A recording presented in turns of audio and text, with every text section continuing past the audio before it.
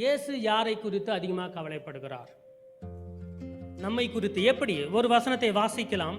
மத்தேயு 15:26. என் பிள்ளைக்கு உடம்பு சரியில்லை, காப்பாத்துங்கன்னு சொல்லும்போது இயேசு சொல்றாரு, அவர் அவளை நோக்கி, பிள்ளைகளின் அப்பத்தை எடுத்து நாய்க்குட்டிகளுக்கு போடுகிறது நல்லதல்ல என்றார்.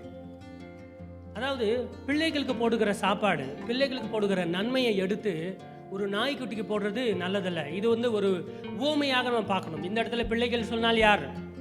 இஸ்ரவேல் மக்கள், யூதர்கள். நாய்க்குட்டிகள் என்று சொன்னால் யார்? நான் ஜூவிஷ் பீப்புள். முதலாவது அவர் எருசலேமுக்கு, இஸ்ரவேல் மக்களுக்கு நன்மை செய்து அவர்களுக்காக காரியங்கள்லாம் செய்து விட்ட பிறகு அவருடைய பிளான்ல எல்லாரும் இருக்கிறாங்க. நல்லா கவனித்து வச்சுக்கோங்க. Jesus never game only for Jewish people.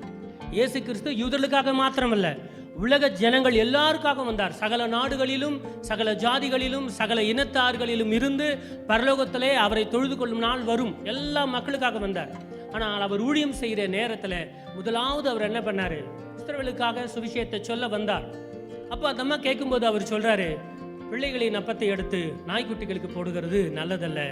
அதற்கு அந்த அம்மா சொல்றாங்க, மெய்தான். அந்த அம்மாவுடைய விசுவாசத்தை சோதிக்கிறார். ஆமாதான், நமக்கு எவ்வளோ சில நேரத்தில் ஈகோ வந்துடுது தெரியுமா?